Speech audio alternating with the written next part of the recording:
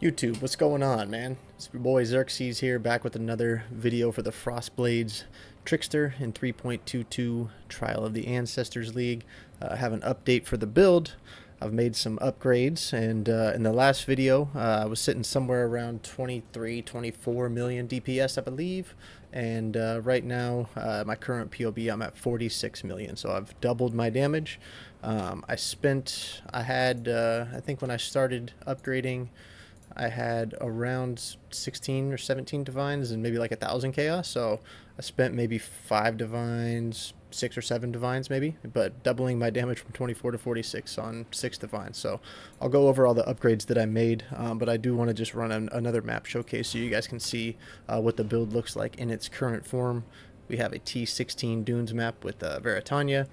And if you haven't checked out the first video that goes over everything about the build, I will link that down below so you can check that out. It's very in-depth, goes over everything that you need. And then I will go over all of the upgrades, like I said, that I made in this one. So let's get into it. Here's the map. Boom.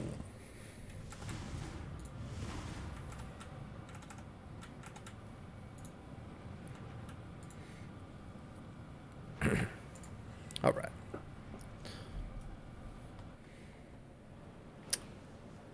I did end up changing out my Herald device MTX too.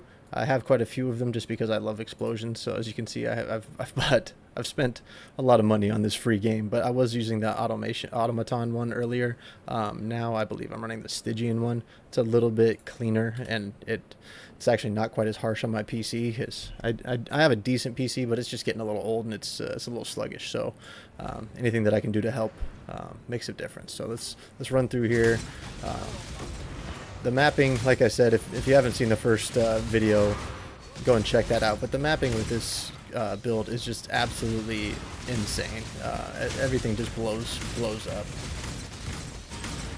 And the nice thing too, yeah, I mean, you really don't have to aim. I just run around whirling blades, frost blink, and hold the right mouse button down, and everything blows up. So I think the boss is around here somewhere. Oh god, my ooh, Elder Slayer's invitation, I'll take that. Okay, man, stuff's not even like rendering into the map, but we'll go in here.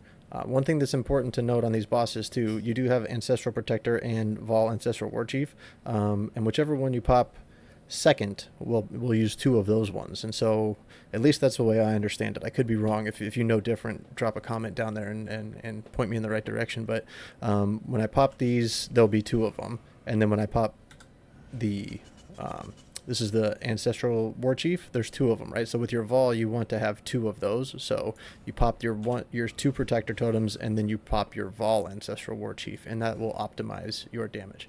And then you want to Frost Blink on top of the enemy to get them chilled, and then just start wailing with your Frostblade. So let's give it a shot and see how we do.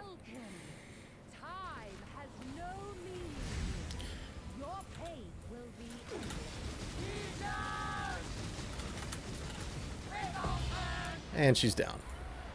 So DPS is pretty good, and it does take a little bit of time to ramp too, because right there I waited a while to explain I didn't have any frenzy charges or power charges. But if you're going through a mapping situation and you have all of your frenzies up, your powers up, and your Trinity is still procced, you're just going to melt that boss in like half the amount of time. So that's one thing to know. I'll finish running this map just so you can kind of get a sense of more of what it looks like mapping. But I'm running right now Essences and Expedition. Oh, this is cool. We ended up rolling an Expedition, so I will show you what that looks like. This build is absolutely insane for Expeditions. You just spawn all of the monsters with the one big explosion, and then pretty much everything blows up. So I'm gonna save that shrine. I like to save those for when I do the Expedition. It just makes running through them a little bit safer.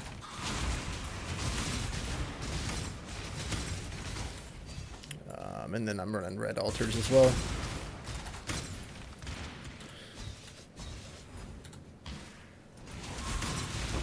And like when you're mapping, I'll drop a Ancestral Protector down and a War Chief every once in a while. But I mean, honestly, you really don't need the extra attack speed or damage. But Just drop them down if there's a big pack of mobs or something, and you'll blow everything up. So. Oh.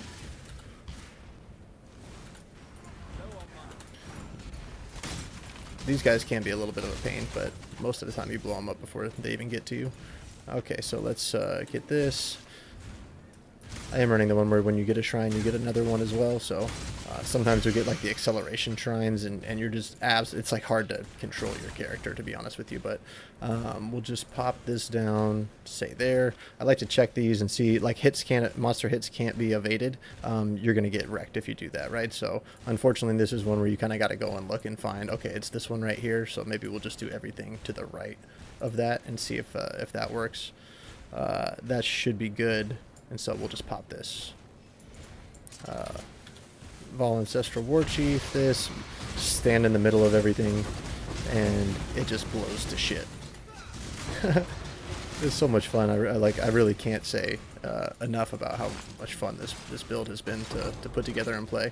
The nice thing about it too, I think, is the progression, like for gear. Like sometimes in builds you hit like a brick wall and you feel like you can't make any more, noticeable progression, and everything that you want is like 10 divines and you don't have 10 divines. With this one, I've kind of incrementally upgraded my gear, and I felt like, over the last 4 or 5 days of playing this build, each couple of days I've been able to make some pretty decent increases in my damage, survivability, things like that. So it's been nice. Okay, that's enough for the map showcase. I think you guys get an idea of what it looks like, what the single target is, and all that. So let's go over the things that changed from the last video to this one. So I did craft a new shield. I bought a fractured base for fairly cheap, like 20 chaos, something like that. And then there could be a better way to craft this. All I did was I had some purple juice laying around, so I went over to my Hoarder crafting station. I did reforge attack, because the attack speed is a attack tag. You will end up getting a lot of like +1 to socketed gems and accuracy, so you might have to, I think I spent like 2,500 juice or whatever, which in the grand scheme of things isn't too much, until I got something that was usable.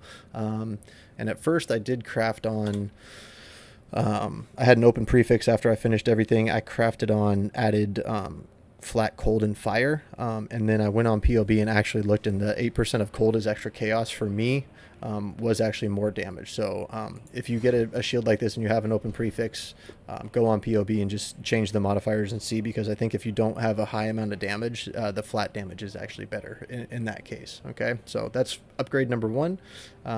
Upgrade number 2, and I got a shout out to Zish again for this one. I watched his video, and he has a link in there where he talks about, like, hey, if you feel like your damage is lacking, these are the upgrades that you need to do. And he listed a bunch of gems that are huge to get, and some of them are a little pricey, but nothing too crazy. So the first one that I got was a Phantasmal Ancestral Protector.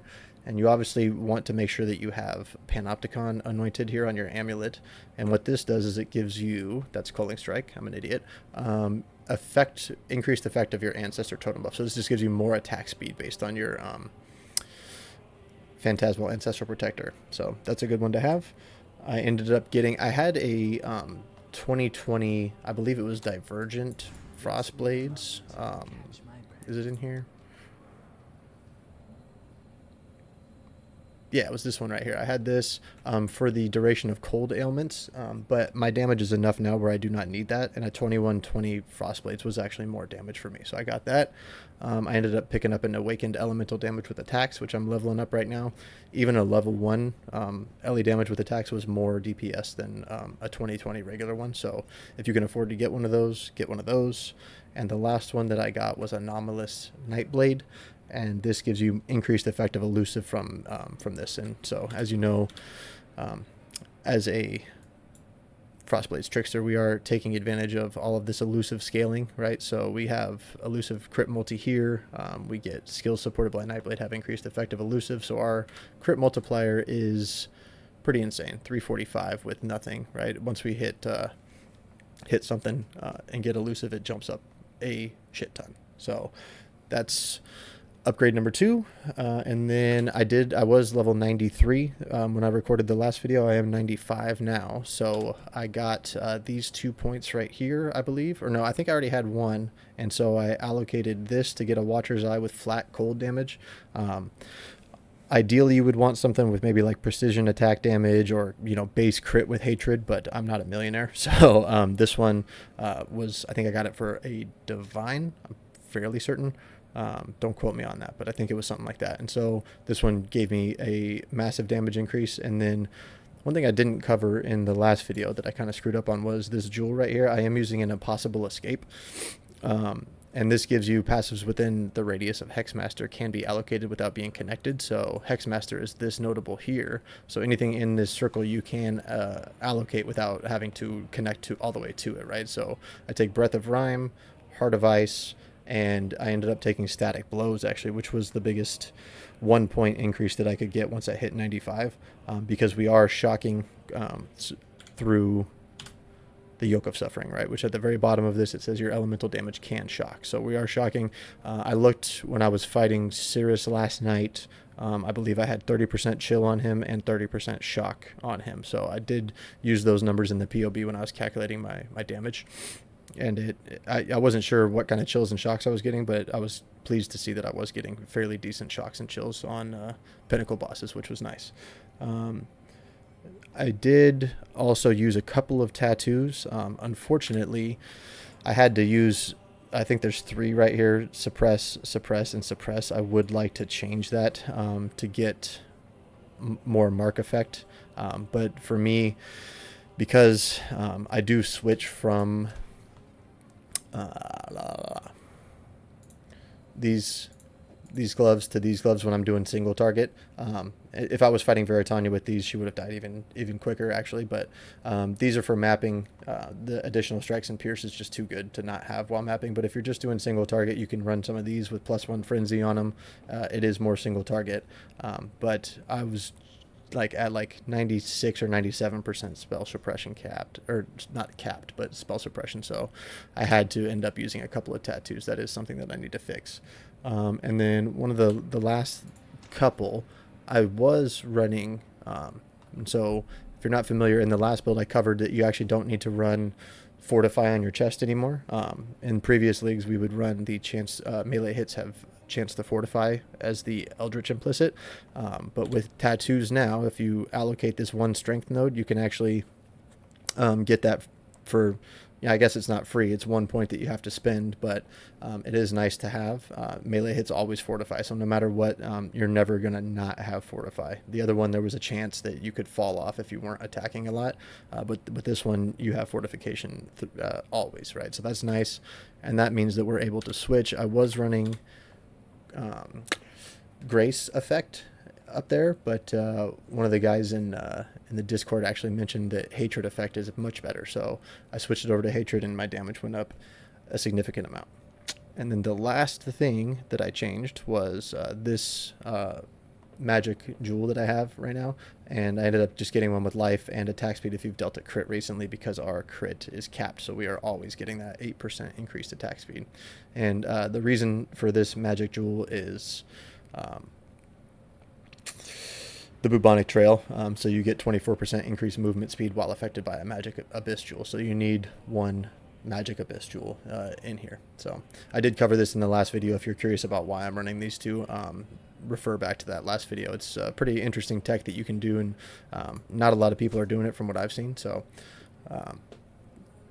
it's one thing to keep in mind. Okay, so that I think that covers all of the upgrades for now. I will link my POB down in the description below so you can get an updated version of it, and hope you guys enjoyed the video. Thanks for stopping by. If you got any questions or comments, drop them in the comments below, and I'll check you guys in the next one. Peace.